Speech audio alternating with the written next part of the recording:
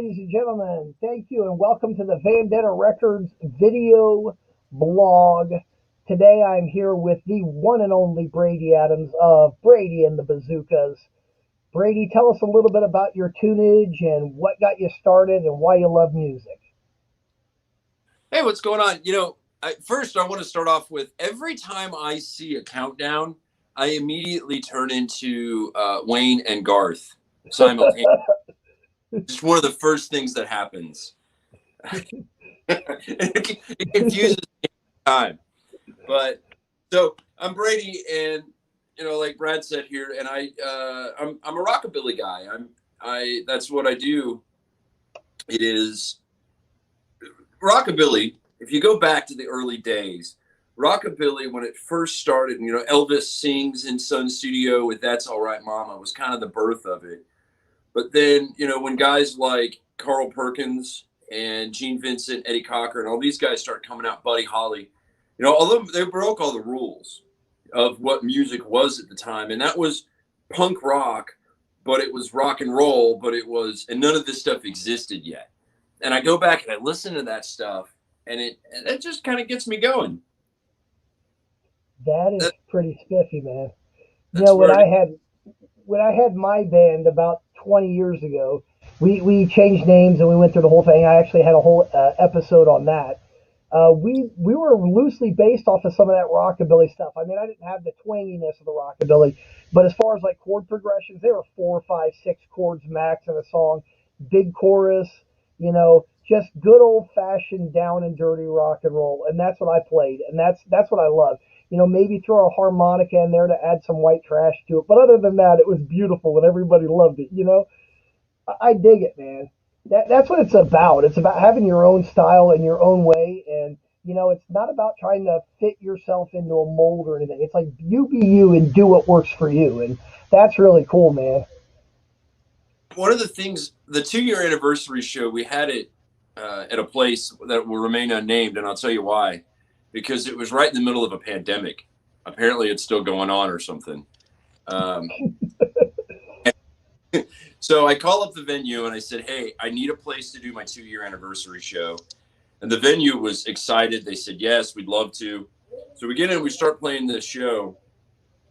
I'm pretty sure the fire marshal, pre and after pandemic, would have been really pissed with how many people were in there. But we had mosh pitters on one side, swing dancers on the other side. I had to put my foot on my mic stand. It was a floor level, one of those kind of venues, a real honky tonk. So all beers flying all over the place. My equipment was covered in booze and everything it was terrible. But to be able to have folks swing dancing and mosh pitting at the same time that's when you've reached it.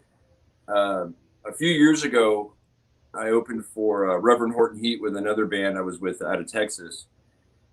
And I saw that live for the first time, swing dancers and mosh pitters. And it was such a bizarre thing to see. You think, man, there's no way that these two crowds would ever come together. But you had, and of course, in Texas, you had the skater crowds with chain wallets and cuffed blue jeans and ripped up jackets, and you had the giant cowboy hats and guys with pearl snap shirts and swinging their ladies around the dance floor. And I thought, how you can't get the culmination of every music style, jazz, metal chord progressions, the country twang, blues based all over the place. Anything that's American, right? Any American music, it comes together in rockabilly. And it really comes together with influences that I have, like Reverend Horton Heat, Daryl Hyam, although he's from across the pond. The Stray Cats were a huge influence on the style altogether, and Stray Cats rock. Brian Setzer Orchestra. So did you that same thing? Yeah. Dayton a couple years ago? Yeah. I was there. Oh, were you really? Yeah. I drove up just to see that show. I had to go watch the concert with Mom. Wouldn't have had it. Awesome. How's your family doing? They're getting on. you know. Christmas is a little bit odd because they're each side of the aisles. It's like Congress, at the dinner table at Christmas time. Some of them believe in the pandemic, and some of them are still kind of skeptical. And some of them think some presidents are really good. Some of them think they're really bad, And then they all look at me like I'm a weirdo because I stay up until it's light outside, and I don't get out of bed until much later in the afternoon because that's the life of a working musician. Yeah. Yeah, I understand it, brother. That we were talking about that on the last podcast, actually, when I had Josh Webb and Smash Adams. And sometime, Brady, I'll have to introduce you to Smash Adams and Josh Webb. Both those guys are doing the same thing you're doing. They're 100%, committed to working. Some of them have day jobs, some of them don't. But, and they have day jobs only so they can support and be weekend warriors and support the habit that is, live local music. But we were all telling stories the other night, and like, it's people have no idea unless you actually play in a band and actually do it. They have no idea what is entailed. They don't realize, that maybe you practice for 2 years without an audience to get ready for a show, and then by the time you actually go out there and play the show, you can play the show inside out, backwards, and upside down, and all you want to do is get through the night. But then you get there and you have to sound check, and sound check's like 4 hours before you're allowed to go on show. So you're sound checking. In the meantime, everyone's like, "Oh, you're Brady and the Bazookas. You want a beer?" And you're like, "I'd like to, but I want to be able to get through my set too." And then, We get that a lot. It depends. For me, it really depends on a lot of different factors. We played the Rockabilly Q in Charleston, South Carolina, which is the biggest rockabilly festival outside of Viva, out in Las Vegas. And the first we played it one year. We played it last year, and when we get to the venue or the city is you're playing in a city, and so we get there, and the sound crew's not set up. We're supposed to go on at 11. The promoter, who is such a nice guy, was super apologetic and really just wanted us to put on a good show. don't mind me. Our other guest is texting me right now, so I'm just shooting back to him. Go ahead. Sorry. Oh yeah. So we're fighting through all these problems, and we finally get set up and we put a show on, and that's kind of one aspect, where you just show up and you barely get enough time for a sound check. Then the other aspect is I play upright bass for another group called Anders Thompson Trio, and Anders is a monster at honky tonk guitar. And we were talking about Red Volkart together. We both met Red in the past. If you don't know who Red is, for all the people out there in People Land, go look up Red Volkart and all of the amazing things that guy's done. So we're talking about it. So I show up to this gig. This was on Friday. I show up to the gig. My bass amp falls out of the car. I drag my double bass out of the trunk. The bass amp's broken. I'm plugging into my monitor just so I can get some volume. So I'm using monitors turned around the other direction just to get some bass amp sound out there. And I had about a minute to set up. And there's no, when you do gigs like this, there's no set list. A lot of these working guys and a lot of the guys in the past, when you look at when it's like Chet Atkins and Les Paul got together on stage. I met Chet Atkins actually, and for real, at Howard Music. No kidding. I kid you not. As God is my witness, I was about 18 years old. I went to Sinclair, and I was taking a break one day. This is when it happened before Howard Music moved. They used to be downtown Dayton, right by BHA. Well, anyways, I was done with class for the day, so I decided I'll walk over to Howard Music and go talk to the sales rep, the one sales rep I got to know real well. So I figured I'd go talk to him. Well, I'm talking to him, and we're looking at guitars and shooting the breeze, and all of a sudden, this like entourage comes walking in the front door, and he's like, "Brad, I'll be right back. Just give me a second." So he goes and talks to this guy. I have no idea who it is, and he's like, "Hey, Brad, I want you to meet somebody. This is Chet Atkins," and I'm like, "Cool." And Chet starts talking to me, and I start talking to him, and we're having guitar talk, just like regular guys off the street. I had no idea who Chet Atkins was. But here he is playing, and he grabs the guitar that I was playing and starts like doing his whole thing on it. And I'm like, oh my God. I was like, I knew he was somebody, but I didn't realize it at the time. But it was just like, and then I went back and looked at it. I've had more chance run-ins with people that either know celebrities or are celebrities. And the funny thing is the what a lot of people don't realize, most celebrities, they're just normal people. In fact, they relish the opportunity to be treated like a normal person rather than being mobbed. Case in point, I don't know if you know this about me, but my other love is, aside from doing music and selling swimming pools, my other love is I'm the biggest Dayton Air Show freak on the planet. I haven't missed a Dayton Air Show since 1986, except for this last year because of a pandemic. But because of that, I've got to know some very good air show performers, one of which I know personally, and I will tell you that his red biplane that's sponsored by Oracle this year is being hung upside down in the Smithsonian, in the entrance of the Smithsonian in Washington, D.C., and that's Sean D. Tucker. I know Hey, him personally. have you ever met any of the Blue Angels? Oh, but yeah, I met them a couple times. And I got the Thunderbirds as well. The Thunderbirds actually they signed all my air show programs, but You they know, signed them in the Delta. I feel horrible for saying this for whatever reason. I was in the Air Force for 20 years, and I just called the Thunderbirds the Blue Angels. But um, did you ever meet Malachowski? Was her name?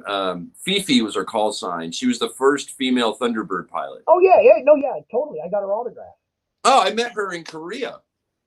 Did you really? Yeah, she was one of my good friends. Is one of his officers at the time. So we got to hang out with her, and she obviously wasn't a Thunderbird pilot then. She didn't become a Thunderbird pilot till much later.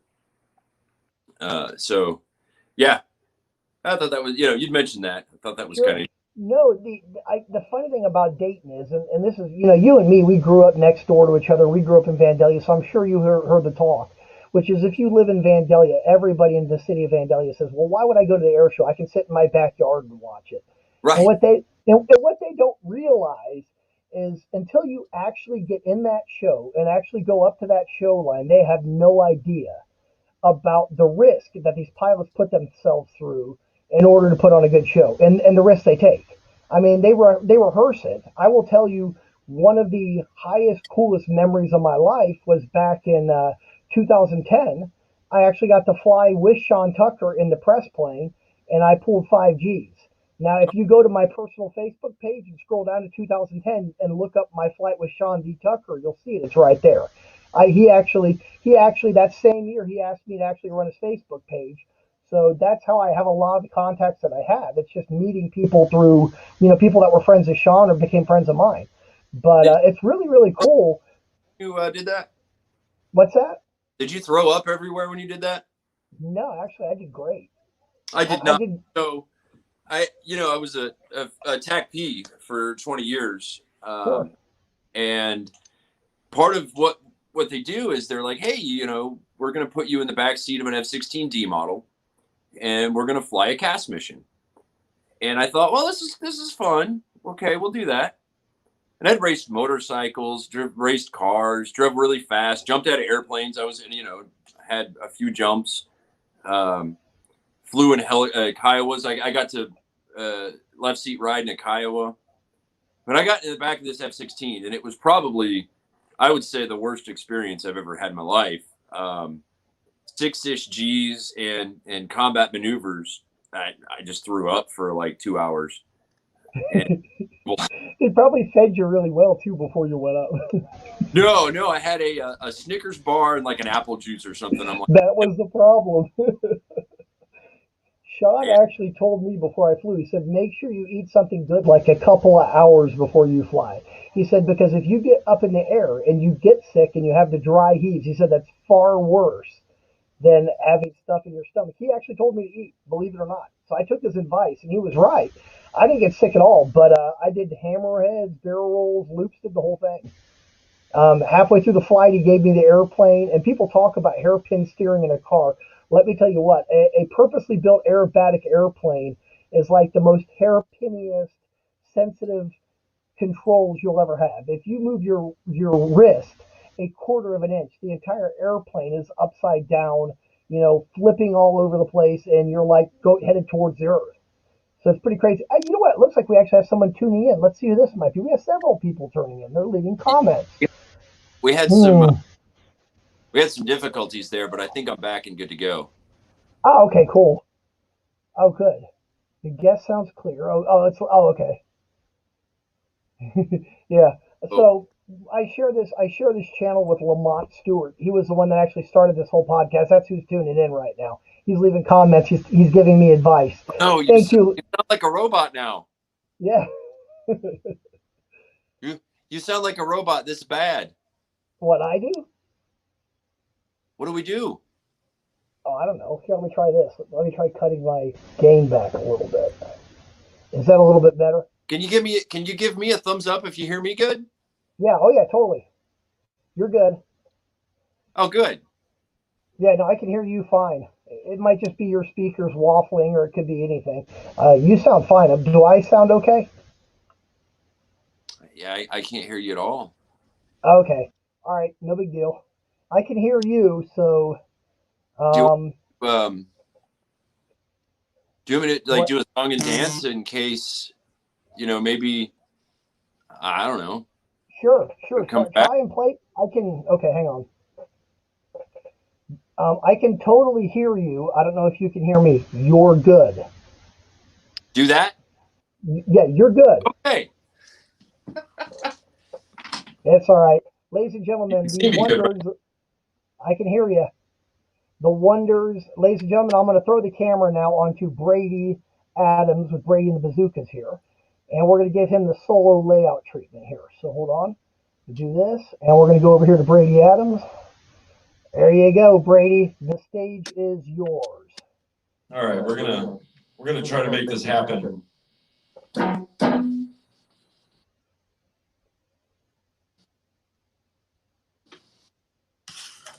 So here's a song I wrote about.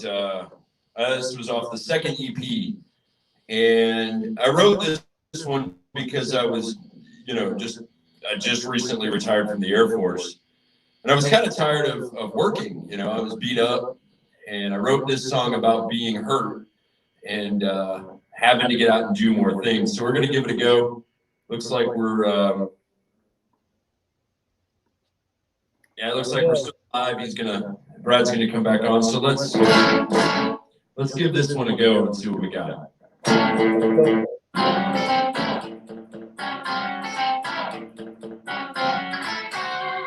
It's been a long, hot day, working away in the sun, with this big old hammer gonna prove to my punch, but I'm gonna swing it just begun.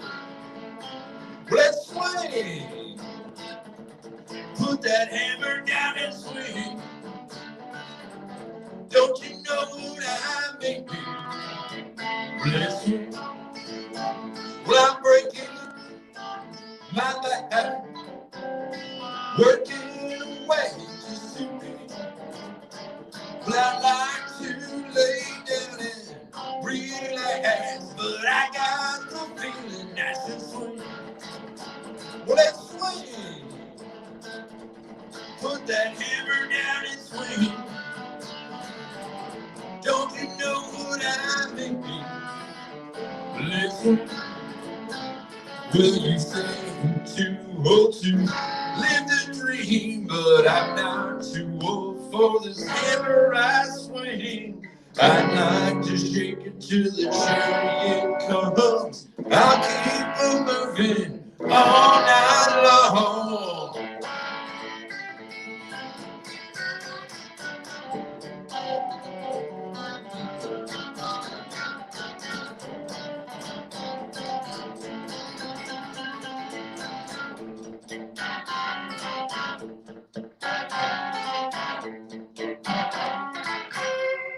I'm always covered in dirt.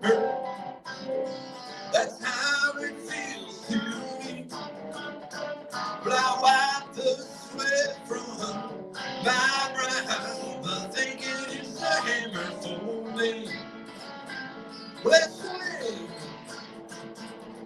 Put that hammer down and swing. Don't you know what I mean? Let's swing. Let's swing. Put that hammer down and swing. Don't you know what I mean? Let's swing. Let's swing.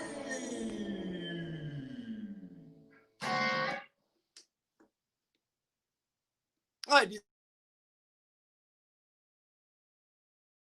Hang on. Here we go. Very good. Can you hear me? You did Yep. great. Okay, cool.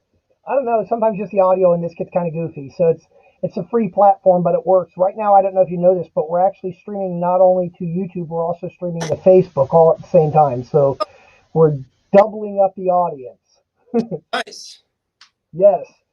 If you want to play something else, go ahead, man. What I'm going to do is anytime you play, though, I'm just going to mute out my mic because if I have my mic on at the same time you're playing, we found this out the other day. What tends to happen is the audio tends to sound kind of garbled, and it sounds a lot better when I mute my mic on my end. Don't ask me why, but that's just what we do, so we don't have feedback.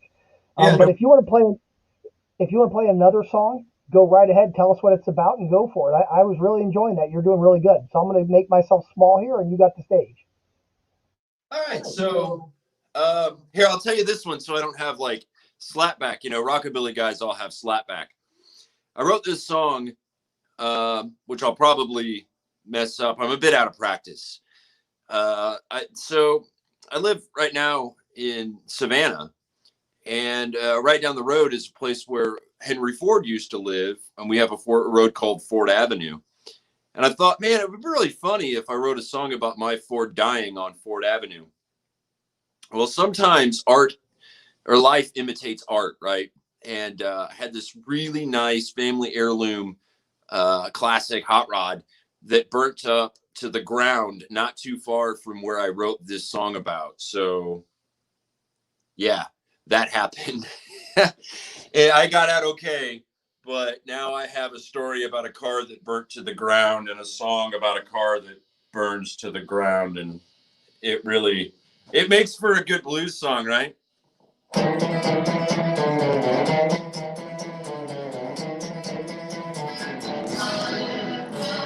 Was a hot rod jack with a slow low down, it happened late one Georgia night. We had a Chevy in a caddy and a few more bars and a couple rat rods and resembled cars. On the way to the starting line, there was a funny sound and a warning light. Right there where traffic gets bad, smoke starting to fill up the cab. Technical difficulty.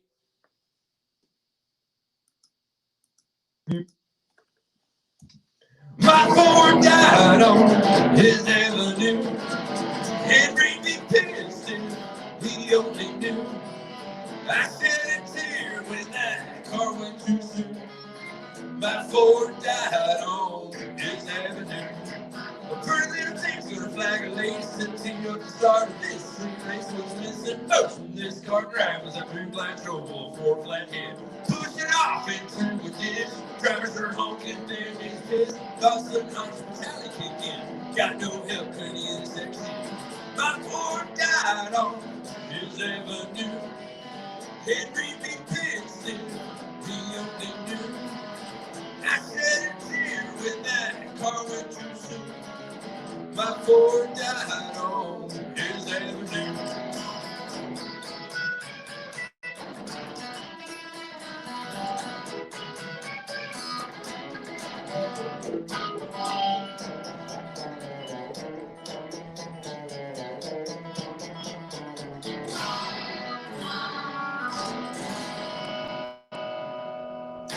I got thrown off my game there because I. That's all right. I thought you did pretty good, actually, man. That was definitely pretty spiffy. That's hilarious, dude. Yeah. You had me cracking up. So, you're right. That is good art too. yeah. I can do one more if let me think. Sure. Of another number. Actually, funny thing that I asked you, Brady, I saw this picture of you at a certain studio in Kettering, Ohio. It would have gone by the name of Rephrase. You wouldn't happen to be able to play any stuff like what you did at Rephrase, would you? Well, I didn't record it. Rephrase. That was Three Junction Road. Jim Hagler was out there recording, and I thought, well, I'll go out and visit him and see what's going on at a real studio. And that place is cool, man. Yeah, I recorded there once before too. I did a song there called Atlas on His Knees. If you go through the Vandetta Music One SoundCloud page, actually here, let me go back on the split screen here. If you go back onto the Vandetta Music One SoundCloud page, which by the way here, I'll see if I can zoom in here and get the handle for me real quick.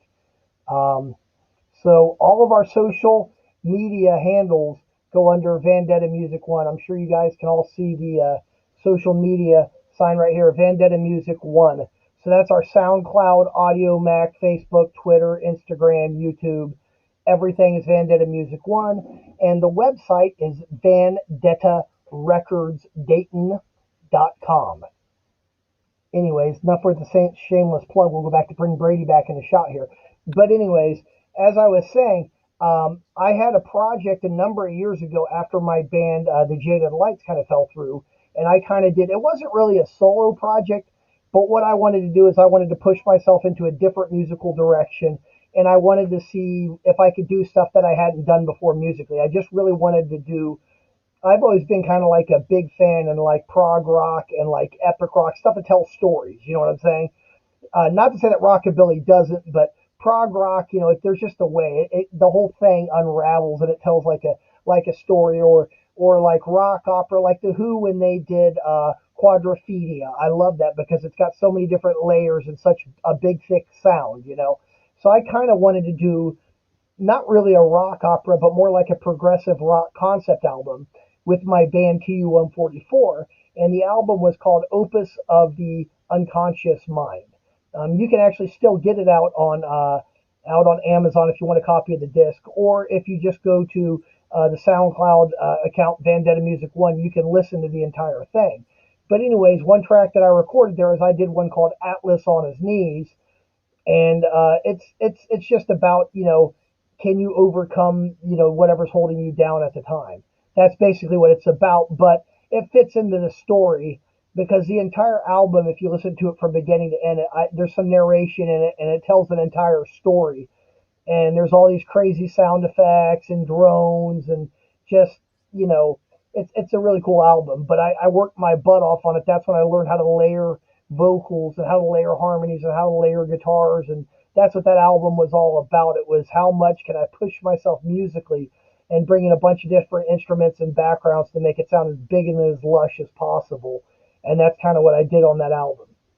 Yeah, that reminds me though, with good stories and good songwriting, I'm a huge fan of Irish music because yeah, it's all about the stories, right?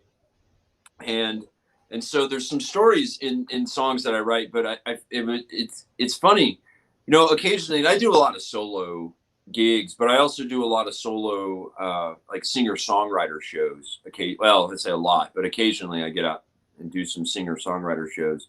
And you've got to sit back and you'll get these guys and they're awesome. They're great guys, but they'll tell a story about a song they wrote and it's got this real deep meaning, and they'll paint these wordscapes and they'll tell this beautiful story about a thing.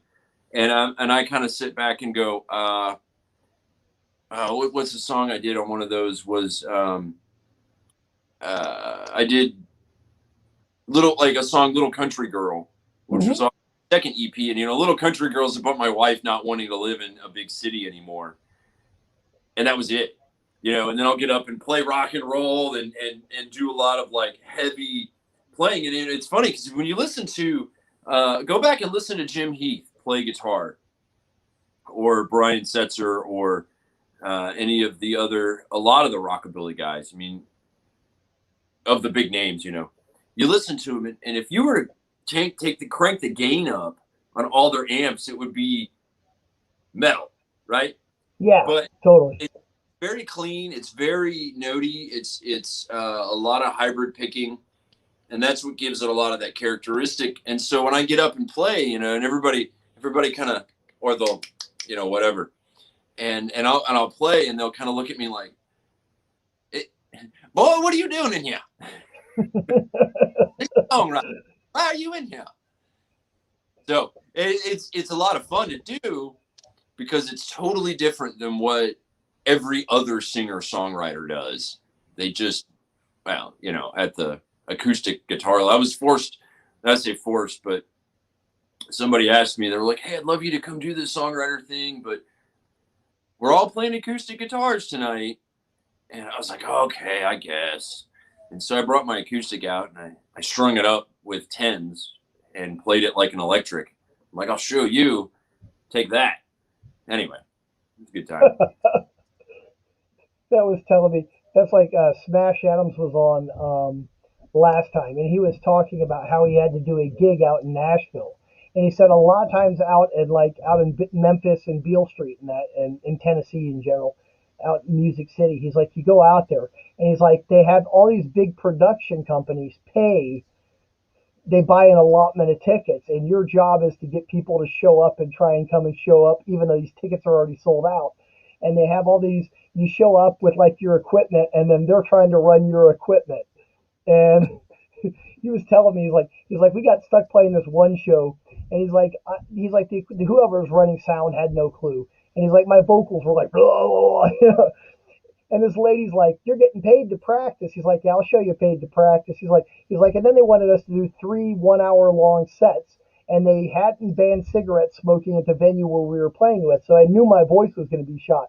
So he's like, by the end of the set, he's like, I was playing "Pretty Please Kill Me," but instead of me singing the words, I'm just like, rah, rah, rah, rah. They didn't know any better. Yeah, He's like, they gave me $80. I got my gas money back and went back home.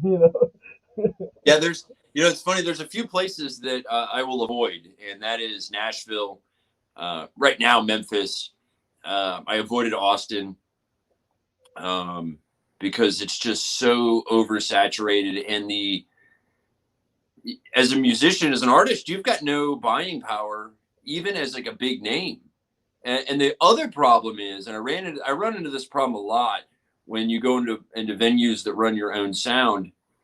I was reading an article by Dale Watson. He's Mr. Austin, who left Austin and now lives in Memphis, runs a Ameripolitan. You might know some guys that won an Ameripolitan award. There's a guy named Kyle Etheridge. He won it last Oh year. Yeah, great yeah, player. absolutely. Hmm. So Dale started to bring his own sound man on the road with him and would fire the sound engineer for the venue because sound engineers' ears are broken. Yeah, oh yeah, totally. They want really loud vocals and really bassy bass. They'll put the guitars at the back end of the mix, so, and it doesn't sound right. And then they make it way too loud for the venue. So before the pandemic, there was a venue we'd play at a lot, and they always make us go on last. And I don't know if that was a good thing or a bad thing, because you do those 3 band nights, and usually, I guess you could say we headlined it, but we would have to bring folks back in the venue because the middle band would just be so loud, everybody would leave. And so I had to beg the sound man. I'm like, look, I want you to turn the volume down quiet enough to where if you stand next to the stage, it's loud. But when you're in the back of the room, they can still have a conversation. And I will bet you that we will draw crowds back into the venue and it'll be a full venue again. And so I beg them to do this every time. And eventually they listen to me and we'll start playing whatever we do and people will start coming back in and we'll fill the venue back up. And because people don't want to leave a venue as a listener with their ears bleeding. I'll tell you, I got a similar story for you. One that'll you'll be surprised. You want to know the second loudest band I ever heard play at the Nutter Center? I don't know. Go ahead. Journey. Really? The loudest band I ever heard play at the Nutter Center was Pantera. Oh, I can see that one. Yeah. But Journey surprised the hell out of me. My wife Kathy and I, Our wedding song was "Faithfully" by Journey.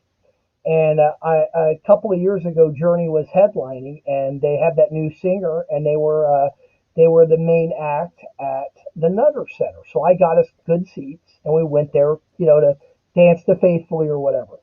Well, anyways, we show up to the venue, and the stage is huge. But here's what they have set up on stage, and this is what shocked me. If you go see like Pantera, they line the entire stage with amplifiers, or Kiss, or AC/DC, or any rock act. That's it's part of the show. They put speaker cabinets freaking everywhere. Right. You show up at Journey, and they have one half stack for the guitar player. They have one bass cabinet for the bass player. They have a bank of keyboards and a double bass drum set. And then the PA that they actually suspend from the ceiling is like a quarter of the size of what like Metallica or Kiss would bring. Okay, so and the funny thing is the Nutter Center's totally packed. I mean, there's 20,000 people there, and they had this little tiny PA system. And I look at my wife and I'm like, honey, we're not going to be able to hear them. I'll be amazed if they do anything. Oh my God, I don't know what the hell they had to power that PA. They must have like backup generators on top of generators, because literally the hair on my arms was vibrating from the bass. It was that damn loud. I mean, after Asia opened for them, and Asia was a good band, but they only have to play two songs that anybody knows. But Right. Asia opened for them, and their drummer decides to give a 15-minute long drum solo. And oh my God, after that, it's like I can't hear anything. And then it's like, okay, now it's time for Journey. And Journey had half the equipment that Asia brought, but they were ridiculously loud. But they were a great show, but they were so loud. What you'd expect it. You expect it with a metal band or a rock band, because that's what they're known for.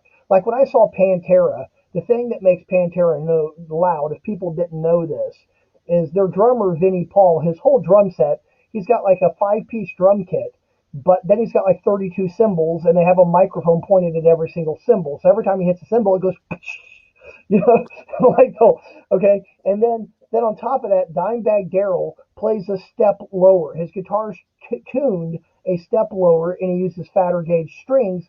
That's how they get that drop D drop in Texas. And then you throw a distortion pedal behind it, and it's like, and then of course their singer Philip Anselmo is like, when you put that on there, how's it not going to be loud? It's impossible to not be loud and sound like a garbage truck falling off the Empire State Building.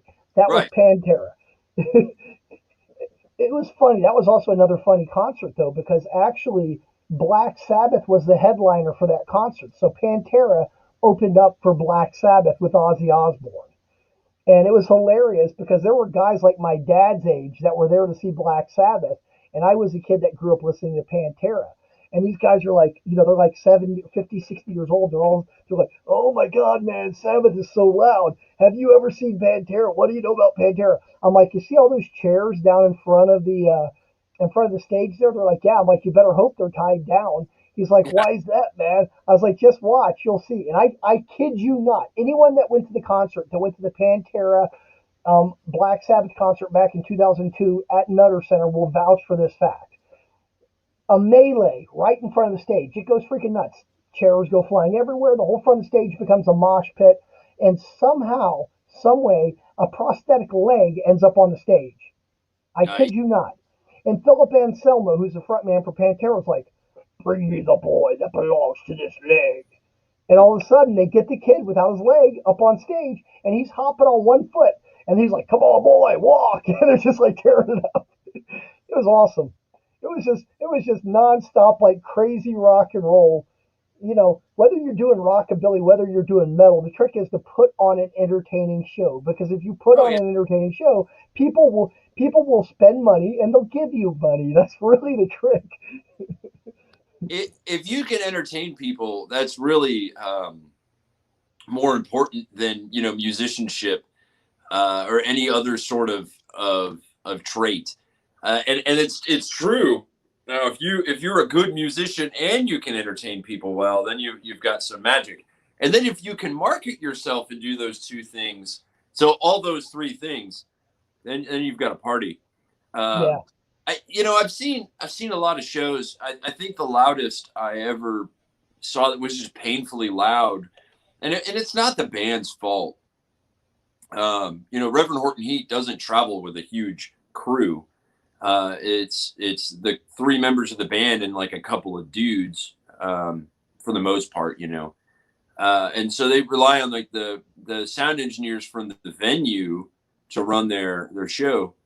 Well, they did an outdoor show, and the venue just it was so loud, it was ear piercing and uncomfortable to listen to. And so I was lucky enough, because we opened for him on that one. I could go, backstage and watch the show from the side of the stage where it wasn't as loud. You got stage volume, not crowd volume. But again, it goes back to sound engineers with broken ears. I think one of the best shows that I saw where the volume was perfect and the crowd, everything was great, was Dale Watson and Ray Benson at Green Hall in Texas. The guy from Asleep at the Wheel, Mm-hmm. Ray Benson. So when they did that show, it wasn't ear piercing. You could feel the music; it was loud enough. You couldn't have a conversation, but it wasn't painful. Um, the same with Washington 311. Their shows weren't obscenely loud in any of the places I've seen them. So yeah, that's just one of those things where if your ears are bleeding and you've got tinnitus at the end of the concert, you probably did your fans wrong. That's my opinion. Oh yeah, Um, no, I totally agree. The worst though is when you go play like a venue and you try to set the speakers up so that way you don't get a bunch of feedback and the bartender's like, no, you can't sit the speaker there. That blocks the trivia machine or whatever. right, And it's like, well, then it's going to feed back all night, you idiot, and no one's going to be happy. You're not going to make money, and we're not going to make happy, but right. make money. But Yeah, yeah, I've been in those shoes. it's I, great. I admire I admire anybody, dude, that goes out and plays their butt off. That's all that matters. I mean, Yeah, that's what it is, and it's about having a good time. When I was, like I said, when I had my band 20 years ago, we weren't real. We seriously, we were not a fancy band. Now, I will say, my lead guitar player was very gifted, and he could do the whole Jimi Hendrix guitar behind the back and plays guitar with his teeth, and so that was part of the show. And then like my keyboard player was very very good, but he was one of these guys. He learned how to play keyboard by playing chords. So all I had to show him was progressions, and then he was able to follow me. And then from there, the rest of the sound, we had a bass player and a drummer. And my best friend Brian Perky, who you went to high school with, Brian Perky was my drummer, and he was like a metronome. So I mean, so we had a really thick sound. And but as far as like the show, we knew we didn't have that much musical talent, so we were all about like just putting butts in seats and entertaining people and playing raunchy lyrics and just ripping stuff up and just stupid, and it worked beautifully actually. In fact, the biggest show we ever played, we played well, at least the one we're most proud of, was we actually played Bunkers in Vandalia. Now this was before they expanded Bunkers. Bunkers now they bought the house behind them and they expanded into the house, so it's a much bigger restaurant. But when we were playing there, it maybe sat 50 people, and that was if the bar wasn't full. You could maybe fit 50 people in there. Well, I'll tell you what. A week before we played that show, the Eric Girardi band played there, and they made like $1,500 for the bar. And we just wanted to outdo Eric Girardi. That was our goal. I love Eric Girardi. No ill will, brother, if you're watching. Um, but it's showbiz, and the thing is, you always have to top whatever came before you. So we're like, boy, that's a hard pill to swallow. Eric Girardi played last weekend, so we're like, what can we do? So we did a little bit of guerrilla warfare at the time, where the New Living Word Church is on National Road. That used to be a Kroger, and then they later on moved it to Northwoods Boulevard. Well, where that Kroger was, 2 weeks before the Bunker show, we made hot pink flyers, and the flyers were like crazy. And they had like pictures of us all going down the side of the flyer, and then the quote was something like, "Are you sick and tired of rock and roll ripoffs? Come see a real live rock band." Stuff like this, just to create controversy. We printed them on hot pink paper, and we literally flyered every single car at that Kroger's lot, and then anywhere on National Road in Vandalia where there was a telephone pole that was empty, we stapled flyers. I'm like, we're going to let people know who we are and what we're about. And that's how we did it. And we went in there, and I'll tell you what, that night we had two rushes. The first rush, it was packed. It was absolutely crazy. And then about 11:30 it petered out, and then at 1:30 we got slammed again. And I actually have pictures somewhere in this room. I don't know where they're at, but I have pictures somewhere, I kid you not, where you can actually see people sitting on tables where there were not chairs, because that's how many people showed up to support us. And we All right, just so we glad just you don't rocked have it. We owned the night. flyers up anymore. Yeah, that's still that's a good trick. It works. You know, it's I keep telling one of the venues that I was like, oh yeah, man, I'll come and print out a poster. We'll put it on the people come by, they'll see it. And I never do it. It's Yeah, almost emojis. How much time do you spend by typing on when you like send a text? Are you the letters R and U as opposed to AREYOU, like yeah. there, whatever. Like I save so much time by using shorthand and emojis as opposed to So what would I do with all this extra time now that I don't print flyers and actually market? Right? Well, that's what I do, and I watch The Mandalorian. Hey, the Mandalorian's good. That's what I do now with all that Baby extra. Yoda. Baby Yoda. Yes. Yeah. Did you No, see that because, one where he was eating all the duck eggs or whatever it was, and it oh created God, all the cut? but it went crazy. They're like, oh, he's killing an entire species. It's a made up world. And it happens What's the matter? by the species isn't here. Like, Hey, some people's hey, kids. in this world, you can eat the eggs of a sturgeon that's an endangered prehistoric fish, and they call it beluga caviar, and people pay $400 a pound to eat that crap. But if a fictional baby Yoda eats a fictional egg out of a fictional container, and the world loses its mind, like Yeah. and ugh. It's a funny story, and they don't get it, right? So a friend of mine, he plays bass with me now. I did an interview, and I was like, they asked me what my favorite venue was to play, and I said, well, one of my favorite venues it's because it has a great stage and the sound man there is good, but the crowds don't get us. And he goes, oh, you shouldn't say that because people will get offended. You're talking down to their venue. And I'm like, well, it's honesty and it's real. Unlike Baby Yoda, real. What are you gonna do? I wonder what people would actually think if somebody we're talking about this at a songwriter show when a fan, if you will, it was watching the football game in the back. So we had this songwriter show where the front half of the outdoor venue was all the people that were there for the songwriter show. The back half was watching the sports ball game. Well, the guy next to me used to be a football player, and he's like, a good 4 inches taller than me and outweighs me by all of the muscle.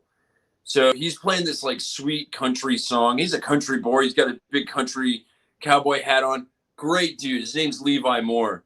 Such a nice guy. But he's playing this like slow, sweet country song, and it's so heartfelt and emotional. And some jerk off from the audience takes a cup of ice, finishes cup of ice, throws it at the big screen TV because he's mad at his sports ball team that they're not doing what he wants them to or something. And the only thing I could think of is, man, I wonder what fans would think of right now if I were Johnny Cash and kicked out the lights on the stage and flipped off a camera. Would it be taken positively? What if it was like Hank Williams Sr., who used to play crappy guitars so he could bash them over people's heads at honky tonks that pissed him off? What would people do? What would they do now? Yeah. Like, that's what the Who got known for. They got pissed off one night and destroyed all their equipment, and the rest is history. right. They did that before Nirvana. Right. When you look at it, it's and when Aaron Lewis, did you watch that video clip where some girl was getting harassed in an Aaron Lewis? Yeah, I saw that one. Yeah. How did the crowd accept that? Was it taken well?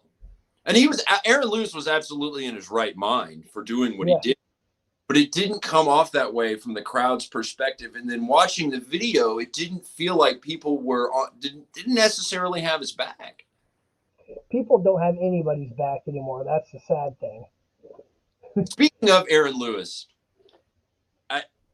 why is it that country singers, now you listen to what was that band before? Um, What, Sting? yeah.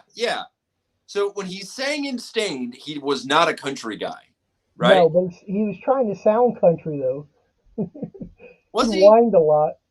In Stained, it was like, you're not a country. I never knew it. Never thought he would be a country guy. And then he comes out with all of his own solo stuff, and it's like, where did that country accent come from?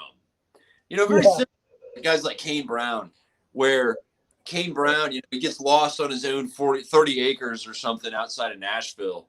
You're like, dude, that's 30 acres, and you had a gator, and you had to call up the sheriff's department to come get you. How country are you really? You yeah, know? And that goes back to being a musician when you talk about authenticity and what you're portraying out to folks. Because when you're a musician and you're writing lyrics to put your heart on your sleeve, and even though like I don't write sappy songs that sound sappy, like they're emotional pieces. There's a yeah. some my hardened artery that's got McDonald's and whiskey crammed all through it, and hatred and caffeine and nicotine and whatever else. You know, that's an emotional bit.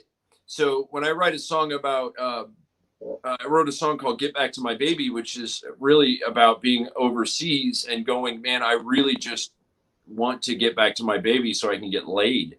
That's what Yeah, that is about. But that comes from the bottom of my heart, right? yeah.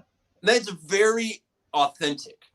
And Junior Brown, I watched an interview with Junior Brown, and he goes, that's what's missing in a lot of popular country and just pop music in general now, because there's so much of it. Disney stars and folks with budgets that can fill up Spotify playlists or whatever. Those are the folks that get the attention. But the real musicians, the ones that are authentic, you got to go find them. And Oh that's yeah. Oh no, no, I totally agree with that. I've always heard once that there's Type A fame and Type B fame. Type A fame is your A-listers. It's Metallica. It's Guns N' Roses. It's whatever. It just in the metal world. In the pop world, it might be Maroon Five or Madonna, or it's someone who has all these hits that for the rest of their life, whether they want to or not, they're going to have to play these same hits over and over again because that's what they're known for. Then there's Type B fame. And Type B fame is they might not be as famous, but they can play what they want to play when they want to play it. I don't know about you, but I always thought I wanted to be the Type B fame. It wasn't about being an A-lister. I think there's I think there's a lot to be said about that analogy too. yeah. I went into a studio. Somebody had pulled me aside and said, "Hey, I want you to go talk to the studio. They worked up. They're part of like the Grammys, and the guy that took me out there, Bernard. He's a sax player, and he almost got nominated for in the final round of nominations for a Grammy for a new age saxophone instrumental album. Really great guy, Bernard is. Hmm. He pulls me out and he goes, "I want you to go talk to this guy." And I said, "Well, okay, I'll go talk to him." So I talked to him, and a lot of it comes down to with Grammys, and it's the studio you work with and how much money the studio puts out and how much money or how politics they play and all that other stuff. And on the way out of the studio, he goes, "Well, what do you really want to do? How could I help you? You don't even know what you want to do." And I was like, "Well, yeah, I absolutely know what I want to do. I want to be taken seriously as not being serious, but also serious as a rockabilly-ish guy, right?" Hmm. And if somebody looks at me and goes, "That guy is authentic. He's a genuine rockabilly dude, and he doesn't do it because he thinks it's cool. He does it because that's who he is, right?" And I'm Yeah. like, I got it. If I get there and somebody looks at me and goes, "Oh, that guy's authentic," then you've nailed it. You know. Hell yes. It's like Johnny Cash had so many imposters. I walked the line and everything just because he wore black and everything. But the reason why the man wore black, it's all about the song. Yeah. It was his persona. He created it and he lived the part. When I was with my other bands, I always took the stage name of Johnny Rockstar with two R's at the end of Rockstar, so it was Rockstar. Anyways, um, that was the name. Now, I earned that name through reputation because, as the story goes, when I was early on, before there was ever Stinker or the Jaded Lights or TU 144 or any of the other Johnny Rockstar stuff I did, um, I just took it seriously. I always took my music seriously. I was like, if I'm going to put this much time into whatever I'm doing, I want to get a good result. I'm sure you feel the same way. Well, we had this guy one time that we had hired to play like lead for us, and lead guitar is not the most important thing, but it's important. It's kind of the backbone of the song in some ways. And this guy would always be 30, 35 minutes, 45 minutes, 15 minutes, 20 minutes late. And finally, one day, I just was like, dude, I've had enough of this crap. I'm renting this rehearsal space and whatever, and I just want him to be here on time. So I kind of let into him. Well, he looks at me, he's like, who the hell do you think you are, Johnny Rockstar? And I'm like, as a matter of fact, I do. And ever since then, the name stuck. You And know, that's, yeah, you're absolutely right. I feel really bad being a bass player because, when I run shows and it's my show, I'm guitar playing, singing, I show up really early.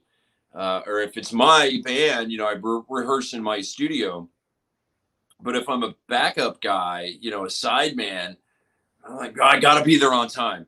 Well, I really try hard to be there on time, but every time I'm a sideman for a gig or a rehearsal, it's just circumstances don't allow on timedness, and you yeah, feel horrible about it. Um, I I sat in traffic to go 3 miles. I waited in traffic for an hour to go 3 miles to get to a gig, and we started the gig like 2 minutes late, which is not right. And Anders was the guy, and Anders looks at me as I was sitting up. He goes, "Oh, I mean, for bass players, that's on time." I'm like, there it was. So, it goes back to the old lead guitar joke that we used to tell around the drinking gourd, which how many lead guitar players does it take to screw in a light bulb? if it's the same one, it's all of them. No, no. Actually, it's one. He'll hold the light bulb and wait for the world to revolve around him. You know, so somebody asked me in an interview before. They said it was something about, I don't remember, but it came down to divas. Like there's always a diva in a band, right? Yeah, And you can try really hard to not be a diva. Every band has a diva, whether it's if you're a lead guitar player, lead singer, as the same person, your job is to kind of be a diva, right? yes, You can try yes, one, but you're one. If you're a lead guitar player separate from a lead singer, that diva role it could go either way. yeah. Uh, and when the wrong personality becomes a diva, yeah, the whole world revolves around their yes. It's And you know what they say? You know what the biggest piece of equipment is for a drummer? His ego. yeah. I don't know, man. I have Not always, but I've worked with one drummer in my entire music career that was egotistical, and he was the worst drummer I'd ever worked with. The most um, humble drummer that I know was the best drummer I've ever worked with, yeah, and really, they kind of go hand in hand, being humble and being really good. Because if you think like, oh, I'm already there, I don't even have to anymore. I'm just gonna sit back and enjoy the spoils. And if I don't get the spoils, it's somebody else's fault. But then you get yeah, they yeah. just go hand in hand. It really does. That was a lesson my papa always taught me. He said, "Son, be humble." And Yeah, I had to learn that a couple of times, but that's important though. Being humble is important. If you're just one of the regular guys, that's all that matters. And as long as you work your butt off, your work is what'll show your worth. That's what it's about. That's living the rock and roll lifestyle. That's what that is. That's being committed to your art form, even though you might not always make the great salary on it. You do what you can because you love what you do. And Yeah. honestly, what my dad always told me is he said, find something that you love and make a career out of it. That's the kind of advice that nowadays kids don't hear. They instead hear that you need to go to school and that you must go to a 4-year college, you must do this. And I'm not against going to college if you're made for it or whatever, but I never went to college, and I think I turned out okay. I mean, I went, but I never finished. And both my sisters went, and they're doing really good, and I'm happy for them. But you got to do what works right for you. My dad dropped out of UD actually, and by the time he retired, he was running 6 shopping malls, including the biggest one in Canada, and he did all that without a college degree. Oh, In wow. Canada, in Canada, shopping malls are like a small shopping mall in Canada is the size of Mall of America. So when he said he was running the biggest one in Canada, I mean we're talking 20 city blocks or whatever, full of shopping mall experience, and that was Shoreway Gardens, and my dad ran that Do they have years that ago. in Canada to have a big shopping mall? Brady, it's like 5 degrees outside, and they have 100,000 feet of snow. What the hell are they going to do? People aren't going to walk outside in that. Well, but I didn't know they had that many, Canadians. I thought there was Oh like, yeah, that's why they were so nice to each other. but I don't know if that's not what I heard. I heard they're all a holes.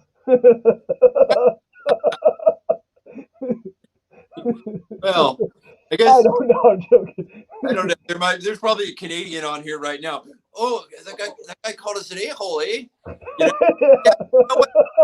You had a mayor on crack, and then you re-elected him. I Yeah. don't, I'm No, just. Rob Ford.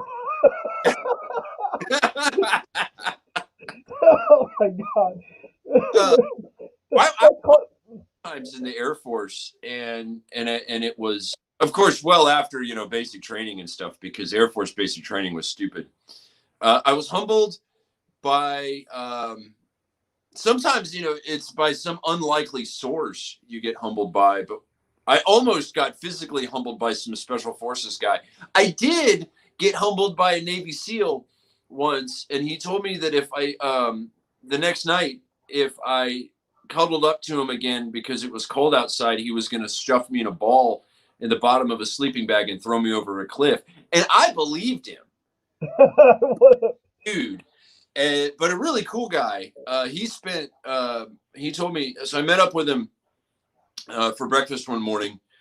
And then, the next day I met up with him again, and he was kind of bleary eyed. And I'm like, hey, man, you okay? He goes, I don't know, dude. I just spent 24 hours in cheetahs. Look, you don't mess with a guy that's that big, that has enough money and energy to spend 24 hours in a strip club. You just leave him be, right? yeah, yeah. So, uh, but I was humbled by that guy's work ethic, because when we got out on the range and did range things, the guy was incredible. I was like, wow, that guy's really smart, and he's way stronger than I am, and it's cold outside, and he's not shivering, and I'm hiding behind a rock in the sun basking like a lizard. That's what I'm doing. So kudos to him. Good on him for it. That is awesome. That's always a good thing. It was Chris Rock that said it best. Ain't nobody above an ass whooping. But he also talked about the man law, right? Was that Chris Yeah, Rock? Yeah. yeah, I think so. Yeah, and I almost found out that the hard way. No matter how, yeah, because I was really right, but the other guy was a lot bigger in a completely different situation. And I was like, you know what? You're right, because you're way bigger than I am. You're not afraid to use it. I think I told him that too. I was like, dude, I get it, man. You can kick my ass. I got it. I appreciate that. I respect that reality. I'm gonna walk away because that's the right thing to do. uh,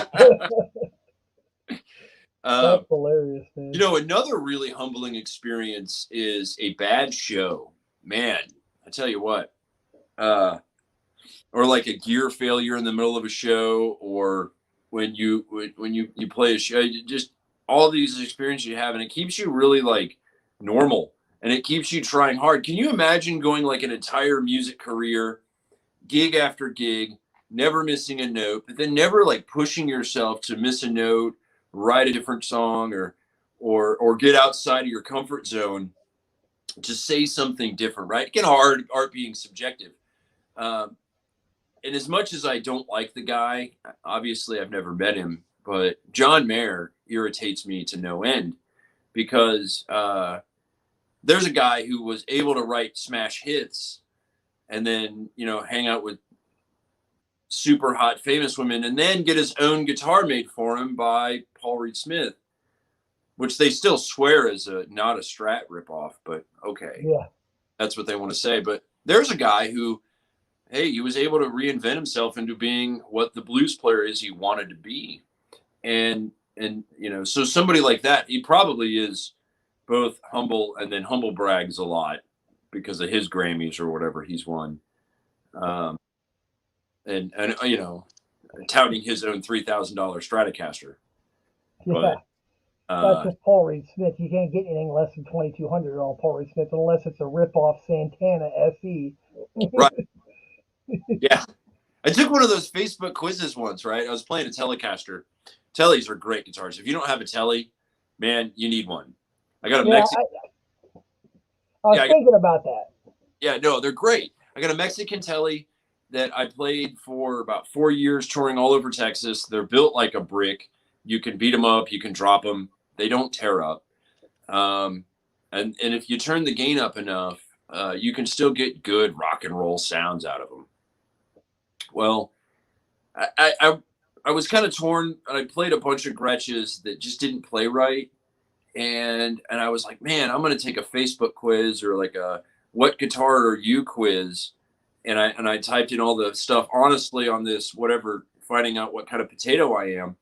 And it came out with a Paul Reed Smith hollow body. And I was like, no, I'm not spending a car's worth of money on a guitar to go take to a really crappy bar and get paid, a guarantee $100 a dude. No, man. So I finally found a Gretsch, this one over here, a Gretsch that plays exactly like I want it to. And then I'll give you this one, and I probably got to get running because my battery's die. So speaking of humble people and guys you can look up to, so I was thumbing through Facebook, and there was this guy, his name came up, and I saw him in this picture, and I was like, man. And he was holding this like super beautiful 6120 Gretsch, nice flame maple top. It looked great. And I thought, man, that guy's obviously a cool guy. Says I know like 30 mutual friends or whatever. I'll friend request that dude. And I'm kind of thumbing through friend requesting people. And I didn't put the name together. Well, his name is Thomas. And so when he posted something about some of the Ray Butt's early documents for the TV Jones pickups.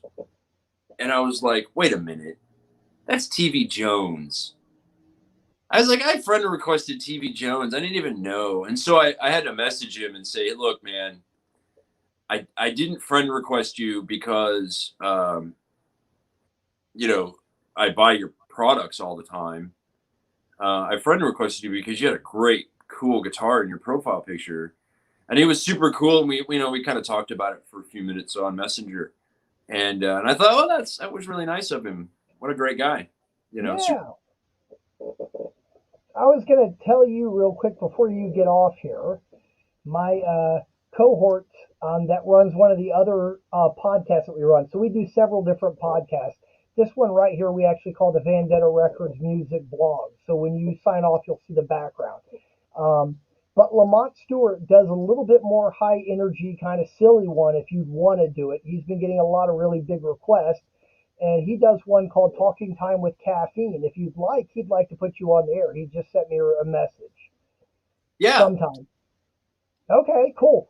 Good. I will send him your contact information, Brady, just so you know. I don't want to do it unless it's cool with you, and I'm not trying to throw you on the spot, but I figure while I have you there, yeah, cool. I love talking music and things in general. Cool. It's such a time. And when this stupid pandemic ends, The live music is going to take off like a firecracker. I hope so, man.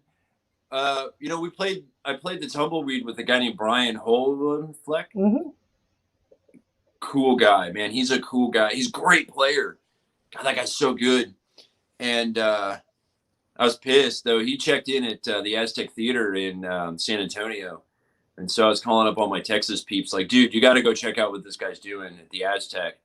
But yeah, Brian was such a good player, such a nice guy, and he'd gotten some more shows. I booked a show right before the pandemic, but I had kind of a family emergency came up, and so I had to cancel that show, and so the last, in fact, now I've had three tours canceled. The first tour got canceled because I had hernia surgery, and the second tour got canceled because of the pandemic. Sure. And I started to put together another tour for January, and nobody is even responding. Well, I can tell you this much: if you're interested, this I don't know if this would work into your tour plans or not, but I can tell you that the label that I'm running, Vandetta Records, I've got several artists that are all on here. It's a pretty cool outfit. But one thing we're trying to do is we want to do some local date and venues. Once this pandemic kind of clears, what we want to do is we want to get a not a huge local venue. So I mean, not like an arena or anything like that, but a decent sized venue, and with good sound. That's one thing, because I hear you and I agree with you. But with definitely with good sound, and we want to have like a showcase.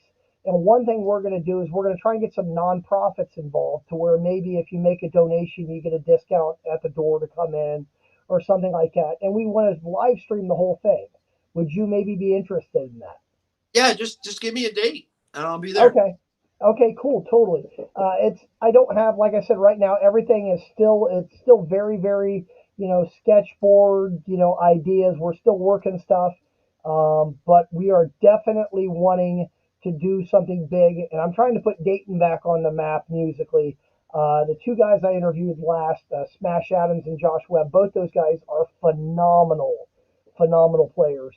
I think you're just as good as them, and if you'd like, we'd like you to come in, definitely, and we'll take care of you.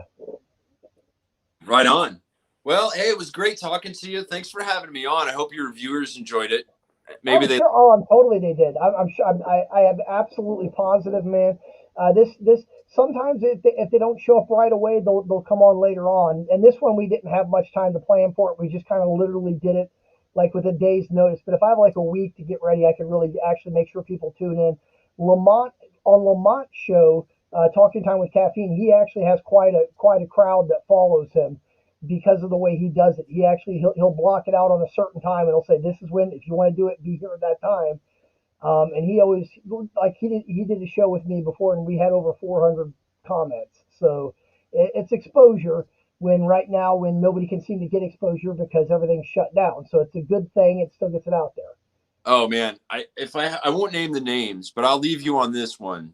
So, a guy I met on tour was the road crew for another very famous band. And I noticed on one of his Facebook pages, he was looking for gigs. And so I reached out to him and I was like, hey, man, I'm really trying to get out to where you are out. It was in Texas. Like, I'm trying to get out in Texas because there's a couple of venues I want to play, but I need a drummer in your city. And so he was like, yeah. And I go, do you know any bass players? And he goes, yeah. And he named a bass player. And I kind of looked at what he was doing currently. And I thought to myself, on one end, things must be pretty rough if I can get this backing band. No. True story. True story. I have the guy's going to remain nameless until I put him on the air, but I will tell you, I'm working through it right now to get him. But there's a certain local musician that's big on the Dayton scene that a lot of people don't know is also a drum tech for a very famous goth heavy metal guy. I'll give you the initials MM. It's named after not Monroe, but something, okay, you know who I'm talking about? Okay. Anyways, he's the drum tech for them. He's also on my Vandetta Records Dayton.com website. So if you go under resources, it'll say studio musicians. You'll see one that's BDP Studio Drummer, which stands for Brian David Perky, who is my drummer. And then the other one you'll see is another guy who's going to remain nameless. That happens to be the same guy. And if you check out his page, you'll see exactly what I'm talking about. But this guy has a ton of connections. And because of COVID, he went from, going on a world tour to now he's stuck at Beaver Creek, Ohio, just trying to get whatever gigs he can get. And he's been actually doing a live broadcast showing people rudiments of drums and how to clean drums and all this stuff. But I'd like to bring him in, and we're working on a deal right now to possibly do that. Nice.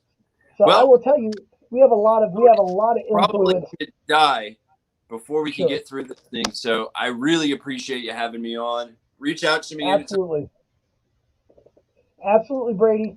You have a great time. I'm gonna go ahead, guys. Thank you everybody for tuning in. It was Brady with Brady and the Bazookas, and I'm Bradley Bergman, Oh, no, CEO of.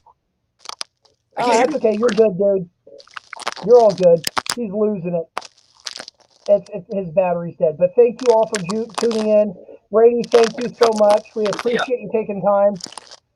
And everybody, make rock great again. And don't forget to go to VandettaRecordsDayton.com.